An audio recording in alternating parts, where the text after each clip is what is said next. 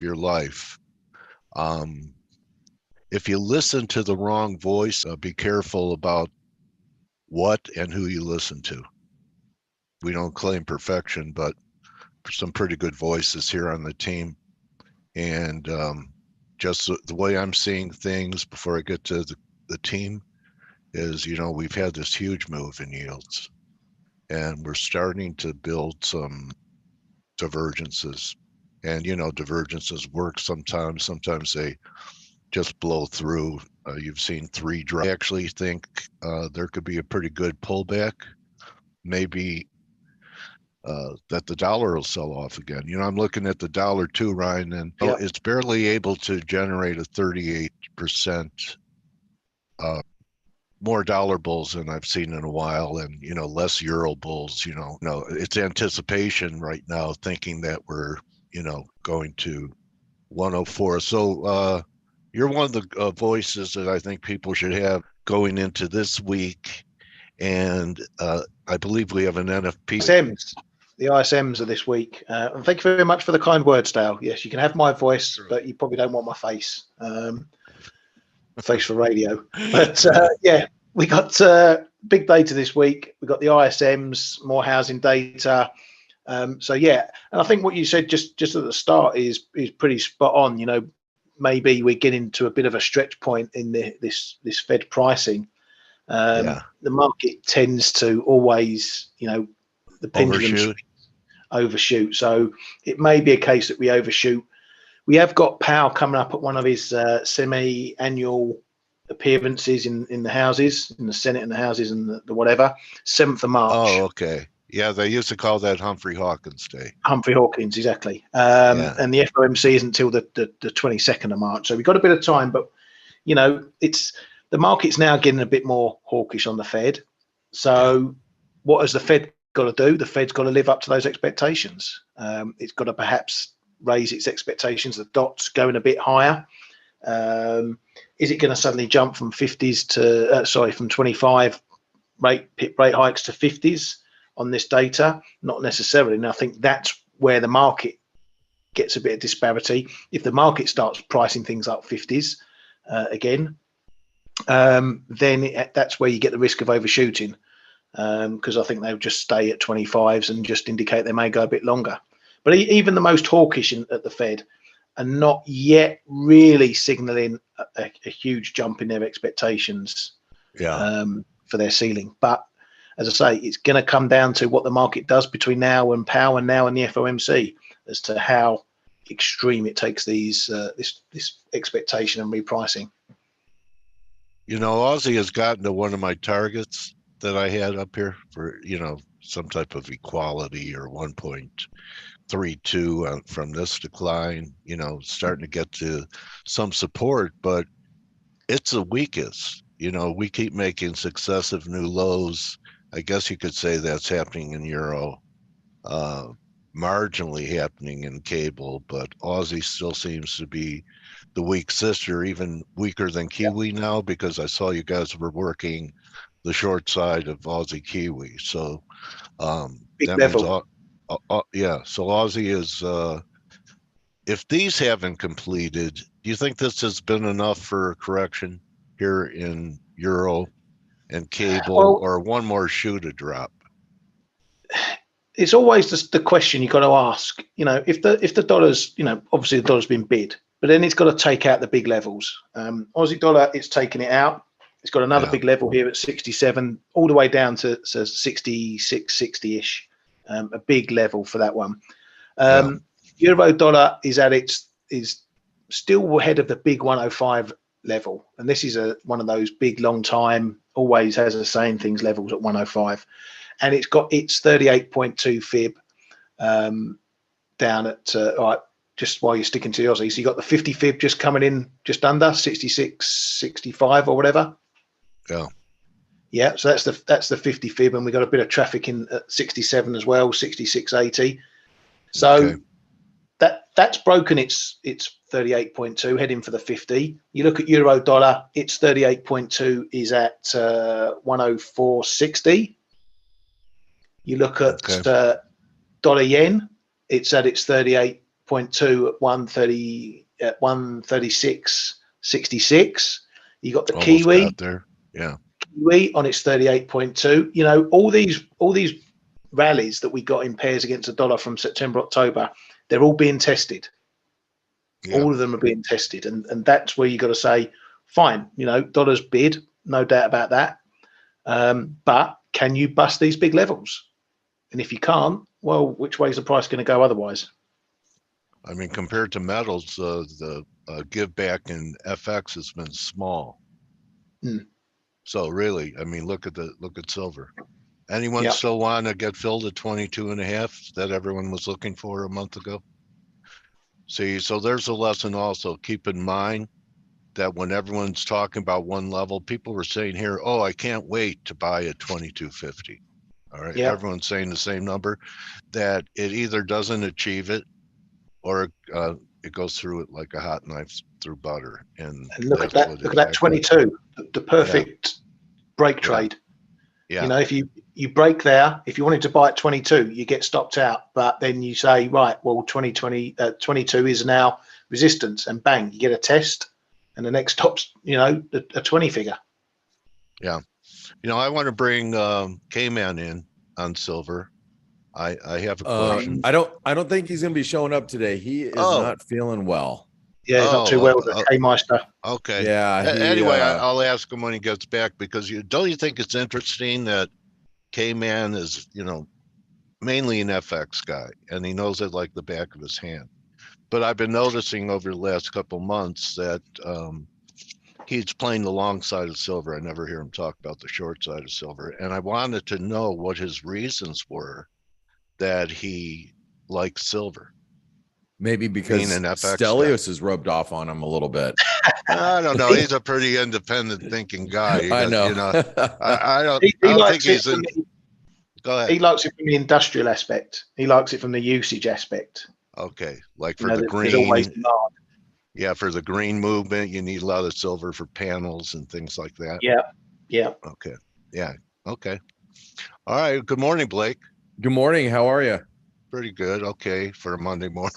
Yeah, no, it's Monday. You know, I had to go to a wedding this weekend, and you know, weddings, you know, it's like, especially when it's open bar and all that stuff, and it makes for a long weekend. It really does. And I had a great time. I think I danced more this weekend than I have in at least 20 years. So it was always fun.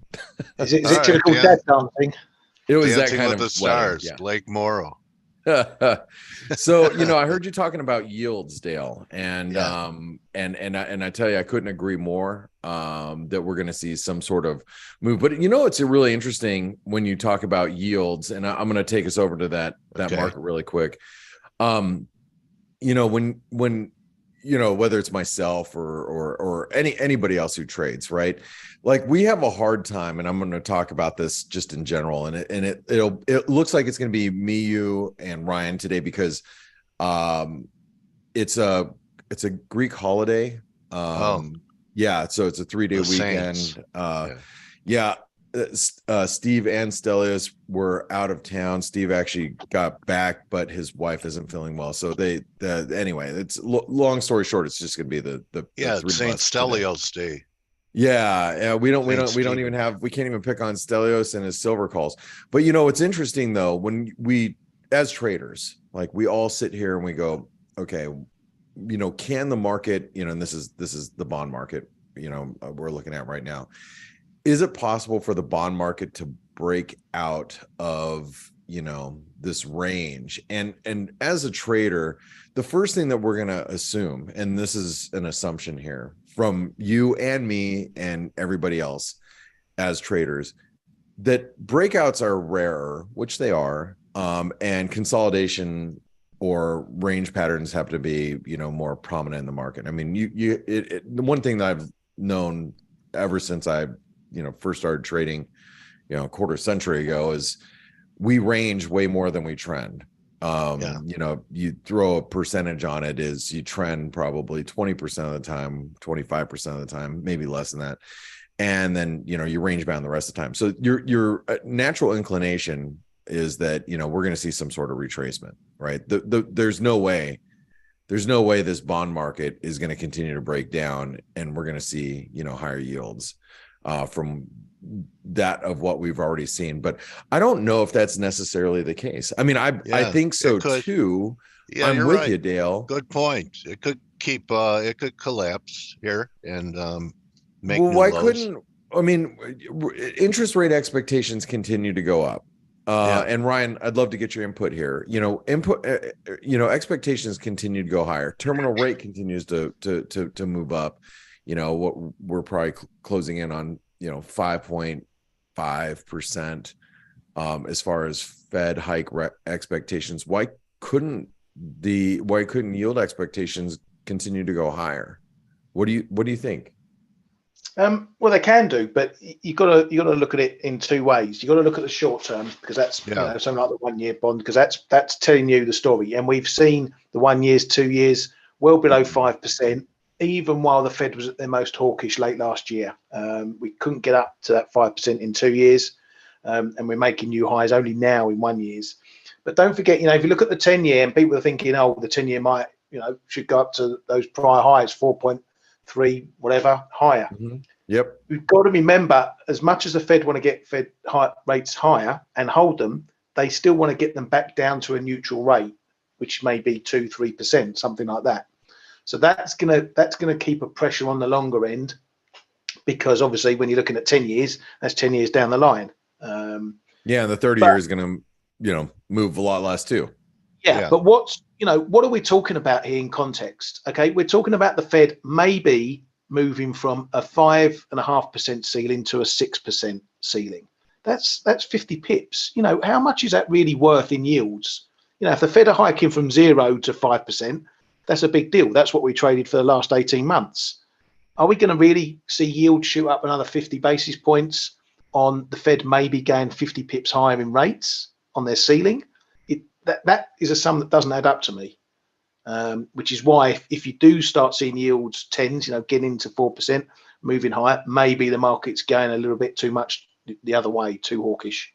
Yeah, and look, I actually believe yields are. I think bonds are going to find some sort of support around these levels, because we are within, we're within very close expectations of where the Fed's going to be, and I think the real argument here is going to be, how long the Fed's going to stay at current levels versus, the market expecting that, and still even trying to price in a little bit of rate cuts going into next year, which I don't agree with.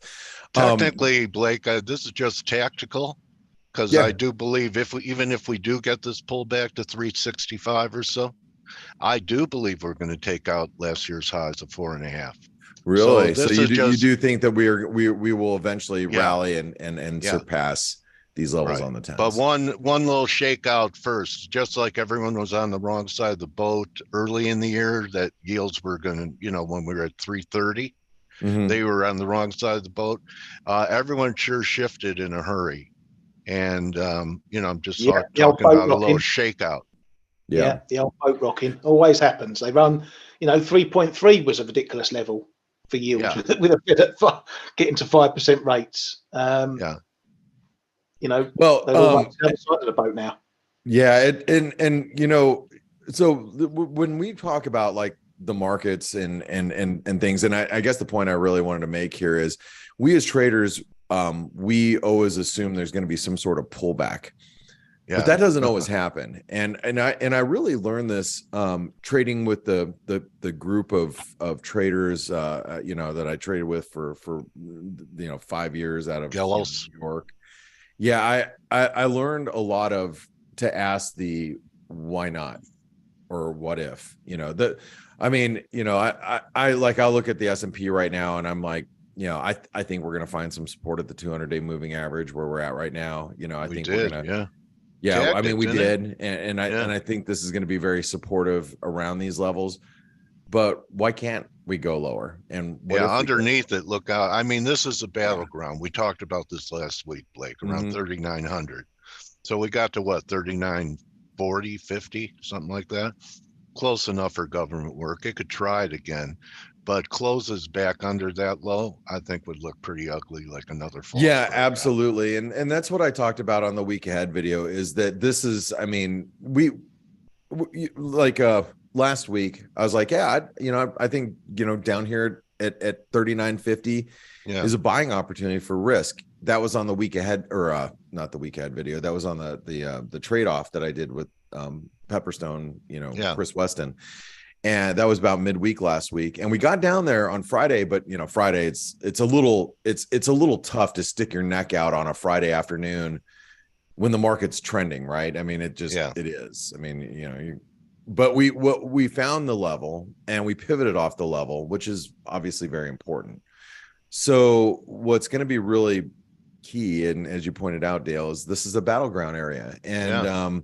And that's, I laugh about it because we talked about it on the week ahead video, and I even had people that jumped in the comments and said, boy, I got wishy-washy, Blake. I'm wishy-washy this week. I hate being wishy-washy. You know me, Dale. I love to be biased. I love to be like, dude, I'm like, buy the dollar, get paid. I love to have that type of attitude in the markets.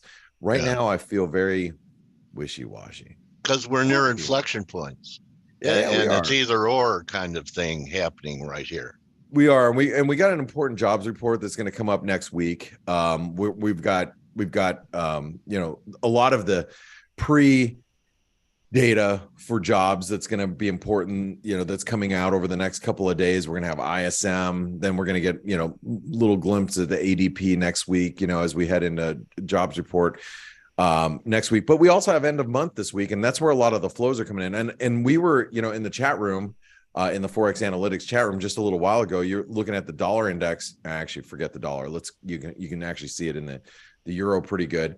Like, we're just sitting there, and then all of a sudden you see this type of move in the dollar, the euro is like just kind of recovering, and you see it kind of going up. And then all of a sudden you see this bloop, and then that's all flow related, right at the, that was at 30 minutes past the hour. And you're going to see a lot of that over the next couple of, hours. You're going to see a lot of just bursts of buying or selling, especially when the market's fairly illiquid like it is right now. You're not getting a lot of people wanting to stand in the opposite direction on a day like today. So Ryan, what do you figure for the end of month flows? We got 2 more days, to wrap up February here. What are you thinking? Yeah, keep an eye on it, because I do think, some of the moves, you look at them and you watch what yields are doing. We had it the other day, dollar yen was rallying, yields were doing nothing. You're thinking, well, what's going on here? So yeah, keep an eye on those. It's usually the tops of the hour that you need to keep an eye on for flow stuff. And there's obviously bigger fixes during the day than others. The London fix is going to be important. That always seems to start at the moment from 3:30. So 3:30 UK time, GMT. You keep your eye out and see if you get any moves, because that's been happening for the last week or so. We've been seeing that. Yeah, and Ryan pointed this out a little bit earlier when he was chatting with Dale. We've reached a lot of key levels in the market. Euro has a little bit further to go to reach like some pretty key levels. We got the 618, obviously, that's right here. We've talked a lot about that this last week. but we're not making lower lows. Notice the cable's actually holding the 200-day moving average, which this is like the levels that bulls really want to hold. And I want to talk about the cable here just here in a second, Ryan. I know you have some comments about Brexit. So but the cable's got to hold these levels, or we got this big double top that's setting up. That's a big one. And I think a lot of people are playing the sterling on the long side because of the big V-shaped reversal we saw, this last year. But look, I think that those lows are not going to get touched this year. I do not think we're going to hit new lows. No. Me personally, but I think that any dip like this is going to give an opportunity for us to get long, and that's what I'm looking at with the sterling. So what are you seeing regarding Brexit? Because you got Sunak right now is trying to play a peacekeeper, and he's fiddle faddling in Irish stuff. What do you make of all this there, Ryan? The usual mess. So apparently a deal is now on the cards. Von der Leyen has come over to sign, seal, and deliver it. However, as usual, there's going to be some shenanigans going on, because apparently he's going over the head of the DUP, the Northern Ireland Party, so they can throw a spanner into the works if they don't come around. Because that always works, right? When you bypass. Yeah, always. It's the story of Brexit. But yeah, so I'm not expecting any huge on a confirmation. It seems some of his arch Brexit ministers and proponents are getting behind the deal. So if it gets a clean bill of health through his own party, then maybe we've got something more positive. But this has been bubbling for several months now, the possibility of deal coming together. We don't know the details yet. We could have a situation where we do get a confirmation headline, the pound shoots up a bit, and then over the next few sessions, it all gets shot down in flames by his party and the DUP and everyone else. Yeah, look for, at the most, we might get a knee-jerk 50, maybe 100 pips in cable, something like that, unless it's the best deal since sliced bread, which it hasn't been since Brexit happened. So why change the habit? Right. Well, yeah, that's a great point. So what do you think, what's going to be the market mover here regarding Brexit? Like, what should we be looking out for? Volatility.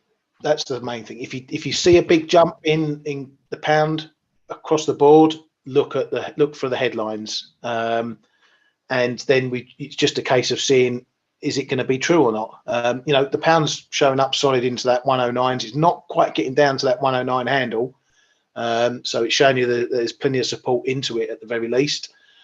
It's bounced 60, 70 pips. That looks strong, but, depending on what happens, it could go to 121 or it could go to 118.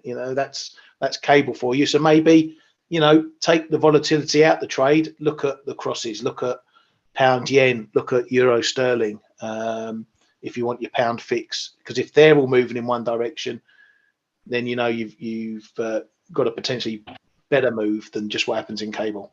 Yeah, this euro sterling, by the way, looks ugly. I'm sorry, Dale. Looks ugly. It does. I've identified it as a bear flag pattern. You can see how I just pulled out the blue lines because it was drawn like this from last week. Obviously, I was asleep, so have to extend those lines now, and it's still a bear flag, and a bear flag has implications, right? Because the biggest problem that I see with the euro sterling is that we're not getting back above this breakdown point, and so it looks like it's going to go lower. That should help with sterling strength, or is it just going to be all euro weakness? I mean, I don't know. I guess we'll see, but it's hard to be too bearish the sterling when you have the euro sterling looking as bearish as it is, because that is a bullish sterling look, and we can see the pound Aussie's breaking higher. As Ryan pointed out, pound Kiwi is trying to move higher as well. By the way, that we're almost up in this the previous neckline of this head and shoulder pattern that played out. So and look how the pound reacted last week when we got that good services data. You couldn't find it anywhere. Everyone was buying the quid. So you're right when you say one of those situations where you look at where the text say one thing and the fundamentals say another thing. Yeah. So, what happens if, and this is, you look at all this, right? And like right now, technically you can have a couple arguments. You can say, well, price doesn't lie, because, it is what it is, right? You look at a chart and you're like, well, there's definitely some sterling buyers right now. At least people are positioning a certain way. What happens? And what if we get, this move? What if the sterling just all of a sudden, starts breaking down? It's gonna squeeze out a lot of people. If we get above here, and that means if you start looking at the sterling, the pound sterling, that means we're probably breaking below here, and we're starting to crap the bed. So, and it can happen. I mean, it's not like it's not doable, but it's something that I think we should keep an eye on. And so, Ryan, your best guess right now is, and this is what your suggestion to everybody is, keep an eye out for volatility, right? Yeah, absolutely. Okay. Absolutely. Well, a couple other things we can talk about really quick. I want to go into a lot of these, technical patterns that are trying to play out. We're getting close to. You got gold that continues to drift lower. I mean, it's bearish. And we still have a little bit of move to get to completing the bear flag pattern with gold. Silver looks like crap. I know you wanted to get K-Man's opinion here, but Dale, how are you feeling about these precious metals right now? Because they are trading not bullishly, right? Yeah, well, it's funny. It's bearish up there, waiting and kind of hoping for this break to get long. And then you find yourself doubting it after the break is here because of how crummy it looks. I'm going to be buying some silver miners, and I think 2020 in silver is 61.8 back. What do you have? 2027. Yeah, Okay. 2027 right Well, here. you know what? I'm willing to give this the benefit of the doubt and scale with low leverage and just be wrong under 1758 or wait for some type of higher low to develop. But I'll be betting on a higher low. Yeah. It could be 78.6, could be 61.8, but I'm not, I'm wrong at new lows. Okay. Then we're probably going to 16. This is one of those positions if you want to trade silver and take a Stelios approach where you're unleveraged, right? You're trading more of an unleveraged type of position where you might get get a long near here, the 618, maybe a long near here during the 78% retracement. And, you got a couple of positions with, stops below the lows, I mean, simple. That's not how I trade silver. I like to trade silver in the futures market. I'll just, that's how I do it. But, how we all trade is a little bit different. I think everything's going to tie into the 10-year about what we're talking about in the 10-year. And S&Ps, if we're right about the 10-year pulling back, this is the S&P's chance to rocket off that 3,900 level. If it doesn't, if lower rates are not helping the S&Ps, S&Ps have a big problem. In fact, it hasn't happened in a long time. Maybe we get that lower yield because of some shakeout in the S&Ps. Yeah. When's the last time we've seen the bond market, act as the way it used to, as a risk on, risk off barometer, which it has been a while. I mean, for those of you that don't remember, there's a time when people go, oh shit, the market's really coming under pressure. I need to buy some, safe, quote unquote, safe US treasuries. And that could actually become a thing one of these days. I'm going to leave you really quick. And wait, hold on. We got data in just 15 seconds. Hold on really quick. Let me grab the data flash. Oh, wow. Time flies. Time flies when we're having a great time or having some conversation. We're trying to wake up on a Monday morning. You know what? I think everyone should go back and watch this video and then tell us Wednesday how much it got out of it. Durable goods come in month over month. Big print, good print. Dollar is firming now. Okay, let's watch yields. Yeah, I mean, first of all, expected, Blake. That's weak, durable. It's a negative number. Yeah, minus 4.5. But there was a big high skew from the big ticket aircraft items last month. Core. I was looking at the core number. You're looking at the headline. I was looking at the core. So that's you subtract that component. And then you got a different number, but the headline number came in worse than expected. Yeah. So, I mean, stocks are liking it. I mean, because they're looking at the headline number. So they're liking it. And, as long as it's weak, they think the Fed might ease off a little bit, and that's going to keep the buyers coming in as far as the S&P goes. Dollar is weakening just a hair. Seeing crypto starting to bid up a little bit. Let's see what yields are doing. And then, Dale, I know you got... They're fading a little bit, Blake. 395 last on 10-year. Yeah, a little red candle on the 4-hour. Yeah, we'll see. And, remember, guys, it is the end of the month. And so we got flows that are coming through that you got to be cognizant of. I still think that we're in a kind of wishy-washy area in the markets. I think that there could, the markets can move either way. But it's going to, and I hate being wishy-washy. Ryan, help me not be wishy-washy. Give me some decisive stuff to do. Wax on, wax off. Be wax on, man. Wax off. All right. Well, hey, I'm gonna pass it over to Dale. I know he's got an interview. I want to thank you all for your continued support. And if you're in the ForexAnalytix community, we'll see you in about 45 minutes for the Morning Edge. And check Blake out on TikTok for some great fundamental trading lessons. Huh? And dance moves. Oh yeah, I didn't see that one. I gotta check that out.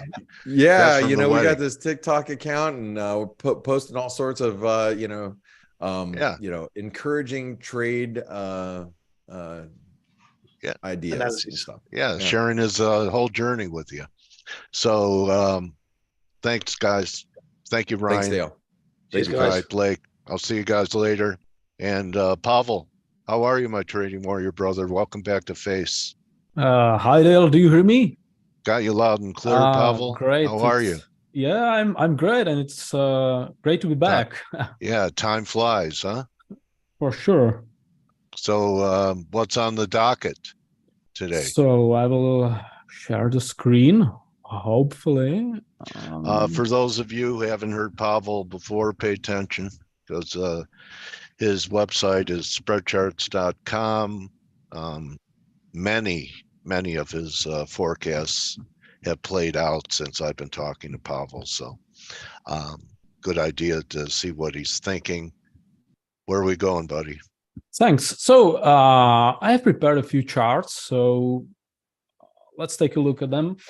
Basically, we are in a stage where the risk reward for any particular opportunity is not great.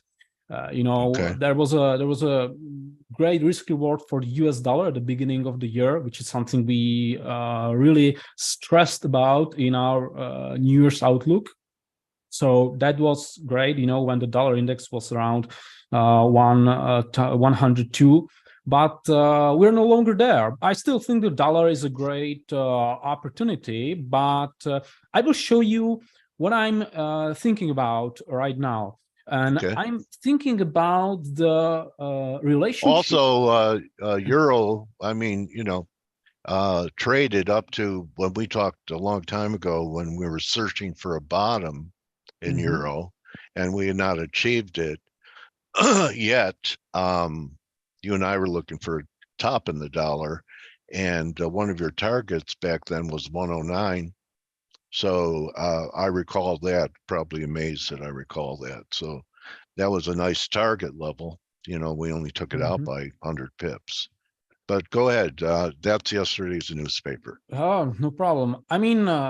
When I take a brief look at the dollar index, when the dollar was starting to correct, we told our users that we have two targets.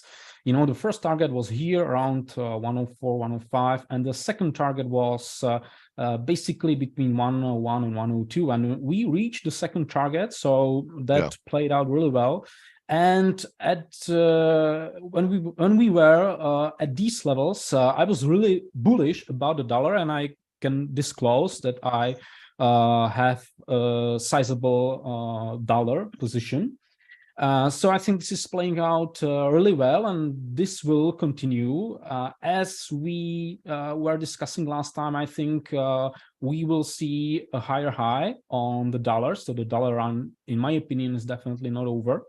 But right now, as I said, the risk reward from the trading perspective is no longer as favorable. And the major, phenomenon we are observing right now is the resurgence in inflation, and therefore the rates are rising. So that, I think, will be the major catalyst for the dollar.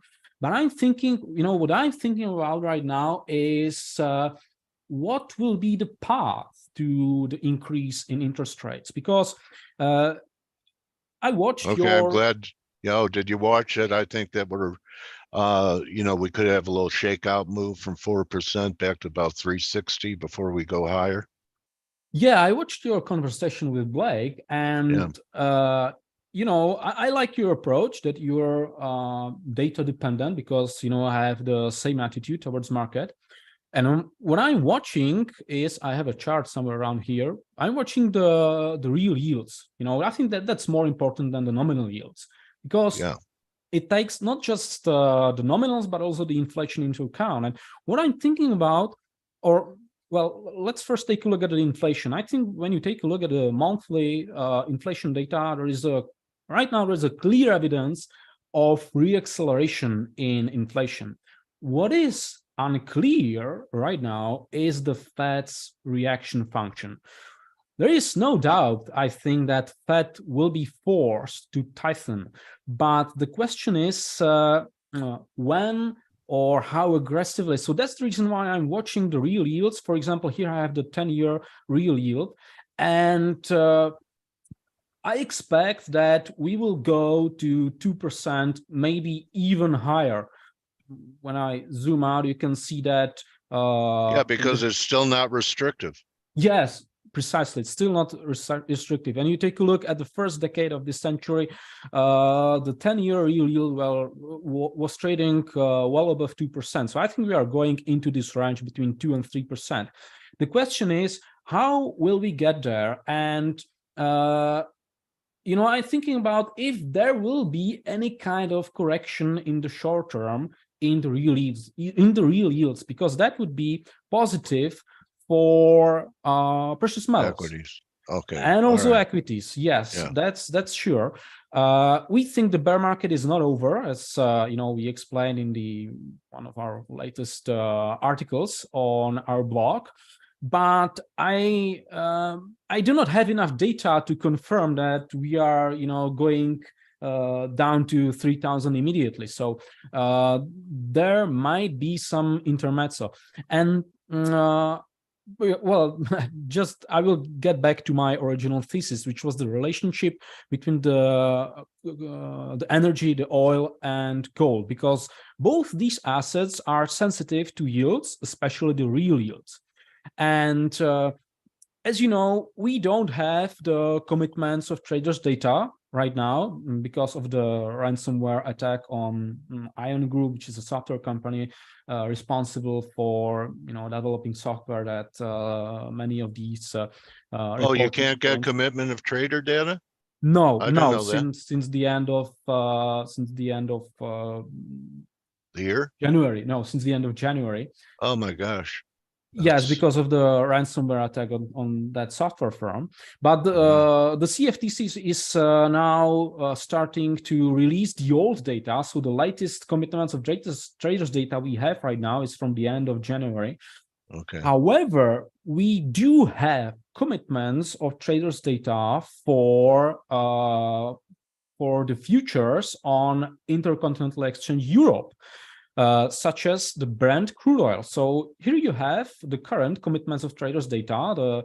On the bottom subchart is the WTI crude oil, and you can see that the curve is just ending at the end of January. But we do have the data for Brent, and you can see the further increase in net positions, speculative net positions. Yes. And what is even more interesting is when you take a look at net traders. I mean, not at the positions, but at the number of traders who are net long or net short. And you can see when you focus on the middle subchart, the Brent futures, that we are really high. When I zoom out, you can see that we are at extreme. I can zoom out even further.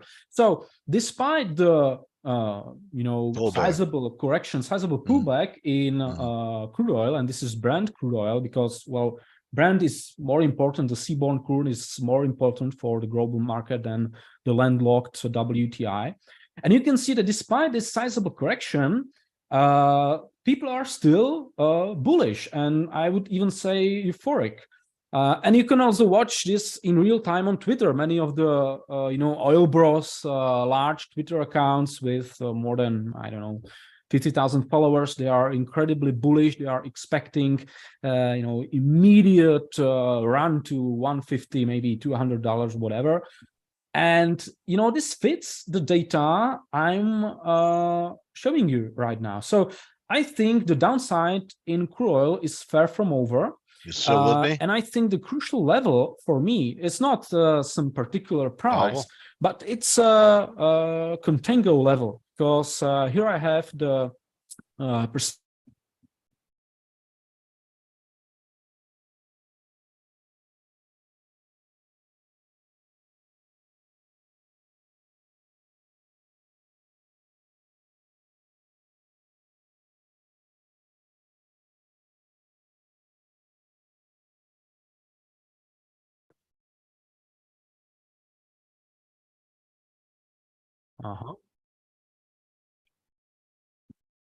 Do you hear me? I hear you now. Why don't we? It's still streaming. It's still streaming. So, yeah, there was maybe some kind of technical glitch. I don't know. Okay. Well, why don't we? We could always reschedule, but I don't know. I don't see. I think it was just some kind of glitch. Okay. All right. Well, go ahead and let's talk about continue where you left off, and maybe are you thinking of joining these crowds or all these things you're commenting on?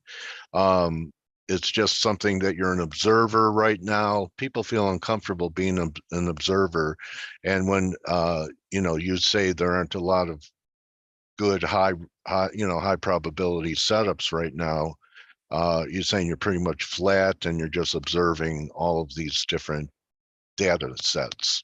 Yeah, definitely. I will remain observer on crude oil for sure, because I wouldn't say exactly bearish, but I started to fade crude oil at the beginning of 2022, even before the war.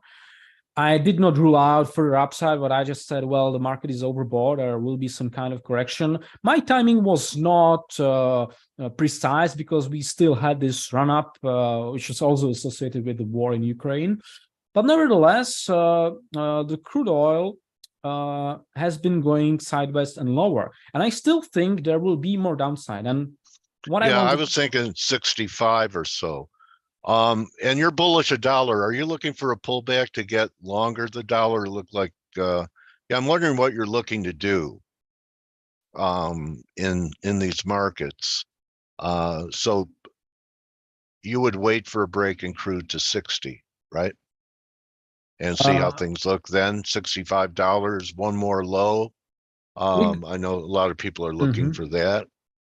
Regarding crude oil, I do not watch the price levels as much as the contango. I think the contango is more important for the state of the crude oil market. And right now, what I wanted to show you is that there is an important level of 2% contango, backwardation on Brent between the 7th and 4th contract.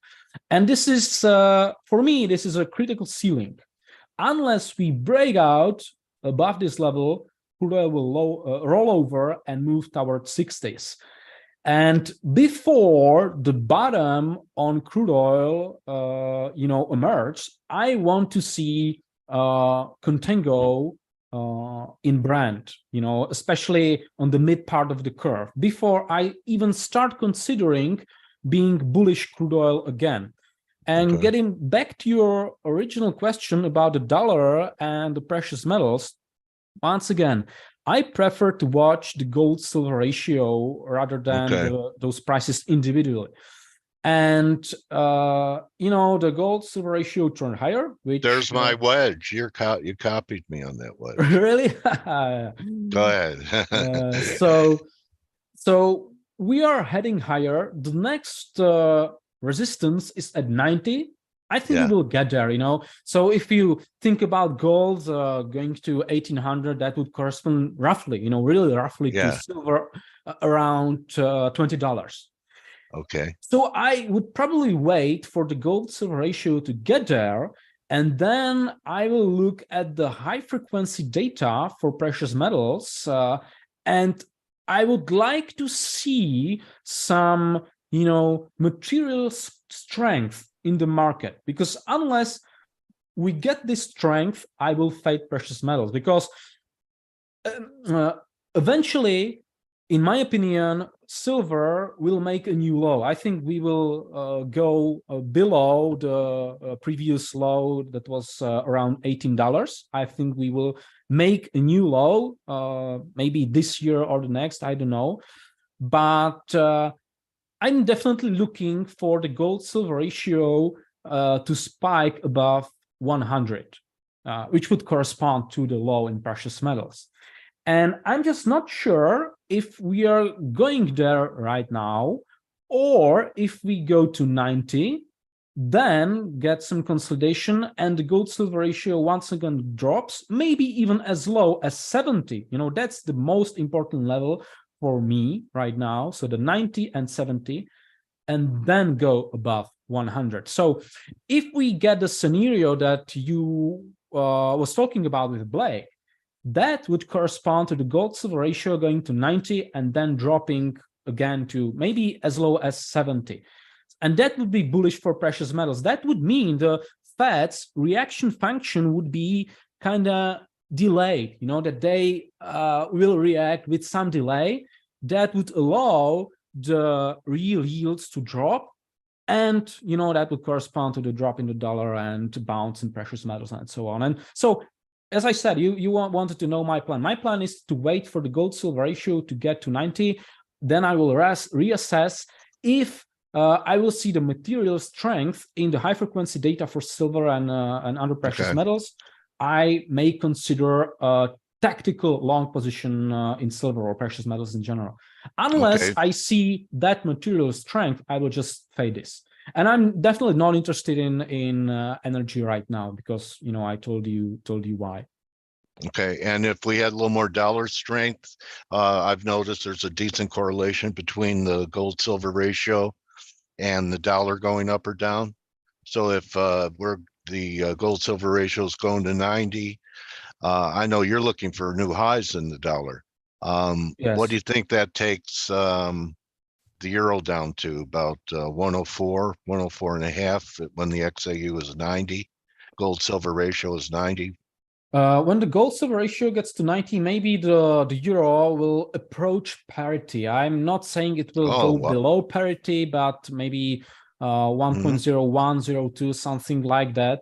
I don't know, but I don't have a target for euro. In the long term, I'm bearish euro and European currencies, because I'm watching the situation evolve firsthand. Where in Ukraine?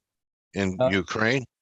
No, it's not necessarily related to Ukraine. It's related to the internal policies, economic policies of the Eurozone and general European Union. And the economic policies are just, they don't make much sense. So that's the main reason. Europe is slow to innovate. It's basically shooting itself in the leg regarding the energy policies. It does not have a energy policy that would make sense, and these are the kinds of things that will make Europe uncompetitive. These are the reasons for the euro. I think the euro is going to 0.8, maybe even lower, but definitely my long-term target is at 0.8, the euro against the dollar, but this is the long-term target. Let me ask you this, you follow some cycles, right, Pavel? Cycles, not necessarily. I mostly follow the data. The real-time data. So I just know a lot of people that are pointing towards this July timeframe as being real important. Some people talking about credit events beginning this summer. So just wanted to know if you're anything in the markets told you about that. No, I don't know. And once again, regarding the dollar, one last thing I wanted to show you, and this is something we alerted our people on, our users on Twitter and elsewhere, about the dollar strength, is that I'm watching the distant spreads between the SOFR futures, basically the secured overnight funding rate. So we have the 1 month and 3 month SOFR futures data on spread charts, and this is what alerted me to the strength on the dollar, besides the gold-silver ratio, because we got this breakout on the SOFR futures spread that corresponded with the strength on the dollar. You know, this is the September 2023 spread, and this is below here is the December 2023 futures spread. So this is the kind of high frequency data I was talking about, and if we get a correction on the dollar and a bounce in precious metals and euro and so on, I think these curves will make a correction. They will mean revert. So this is something I'm watching in regard to the high frequency data. So I'm not so much into cycles because I'm a scientist, and I know from physics how the cycles can be deceptive. They can invert. They do all kinds of crazy things. You can find many cycles in the data, and most of these cycles are it depends on who looks at the data. So it's very similar to the technical analysis. If you do technical analysis on some asset, one person would say the chart is bullish, another person would say the chart is bearish, and I think it's the same with cycles. We can find many cycles in the data, and pick the cycle you like. So that's why I prefer to look at the at the data. Well, my takeaway in the pearls that you dropped on us today is the gold-silver ratio 90. Watch that area for a possible turn, and that would make silver your preferred long if you thought it was going to go back down to 70. What you talked about in crude, to be patient, and that what you're going to be looking for confirmation to get long, and it's probably when all the Twitter guys start talking $40 oil. And and your outlook on the dollar. So really appreciate your work and you sharing it with us. Thanks Dale. Good stuff, Pavel. Thank you for bringing me back, and hopefully see you next time. Well, in fact, the best way for people to follow you would be at your Twitter handle at spreadcharts.com. For sure, or just go to our website, spreadcharts.com, because we have our own analytical software that you just saw me using in this video. So you can sign up for our app, and either for the free version or the premium version with the research and other advanced features. And also, as you said, you can follow us on our Twitter because we are pretty active there, commenting markets and so on. Okay, everyone, my trading warrior brother, Pavel Hala, sharing his insights with us, and some great things to include in your intelligence gathering. Check them out. And thank you again, Pavel. I'll get a hold of you on Twitter, and we'll talk in the spring. Thanks. Bye. All right. Pavel Hala at spreadcharts.com, everyone. So remember, don't just count your pips, Nick and Patrick and Ingmar and Barry. Count your blessings. You too, Laura. And I'll see everyone for Turnaround Tuesday. You're very welcome. People are thanking you, Pavel. That's great. Thanks. And I'll see everyone tomorrow. I could join the team in 20 minutes for the morning.